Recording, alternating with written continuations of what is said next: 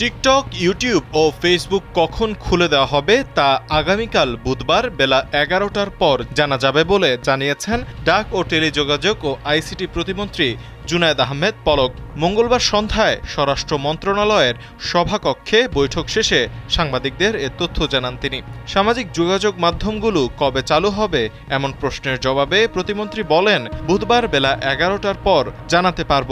TikTok, YouTube ও ফেসবুকের কাছে একটি ব্যাখ্যা চাওয়া হয়েছে, মৌখিক ও লিখিতভাবে জবাব দিতে বলা হয়েছে তাদের। একমাত্র ওয়ালটন এসি দিচ্ছে ১ বছরের রিপ্লেসমেন্ট গ্যারান্টি এবং কম্প্রেসারের ১০ বছরের গ্যারান্টি। এরই মধ্যে টিকটক আনুষ্ঠানিকভাবে আমাদের জানিয়েছে যে তারা উপস্থিত হয়ে মৌখিক ও লিখিতভাবে জবাব দিতে চায়।